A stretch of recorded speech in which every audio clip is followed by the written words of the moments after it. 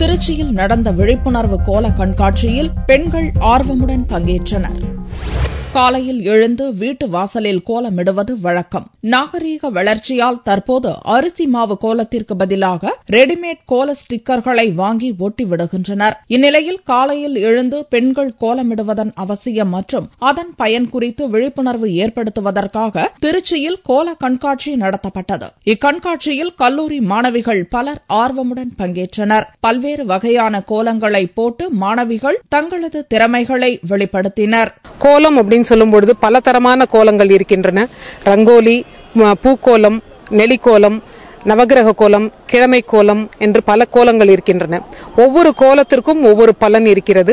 அந்த மாதிரி அந்த பலன்கள் என்ன என்று தெரிந்து கொள்வதற்காக மாணவிகளுக்காக இந்த நிகழ்ச்சியை ஏற்பாடு செய்திருக்கிறோம். இந்த நிகழ்ச்சி மக்கள் அனைவருக்காகவும் நாங்கள் ஏற்பாடு செய்திருக்கிறோம். அனைவரும் இதில் கலந்து கொண்டு இந்த கோல கண்காட்சியை கண்டு இதனால் நாம் பெறக்கூடிய பலன்களை தெரிந்து கொள்ளுமாறு கேட்டுக்கொள்கிறோம். 10 வருஷத்துக்கு முன்னாடி எல்லாம் மார்கழி மாசம் அப்படின்னு சொன்னாக்க தெருவில் தண்ணி தெளிச்சு கோலம் போடுறது, இந்த மாதிரி இது ஒரு கலையா இருந்துட்டு இருந்தது. இப்ப நாளடைவில் இது மறைஞ்சிட்டே இருக்கு. அதுக்கு காரணம் அபார்ட்மெண்ட்ஸ்ல குடியிருக்கிறது, அந்த மாதிரி இட வசதி இல்லாம டவுன் ஏரியாலாம் பார்த்தா தெருவே இல்லாம இருக்கு. இப்ப இருக்க ஃபாஸ்ட் வேர்ல்ட்ல அதுக்கான நேரமும் அமையல. இதனால என்ன பயன் அப்படின்னு சொல்லி கேட்டாக்க இது ஒரு எக்ஸசைஸ் மாதிரி தான். பெண்களுக்கு முக்கியமா இது ரொம்ப முக்கியமானது.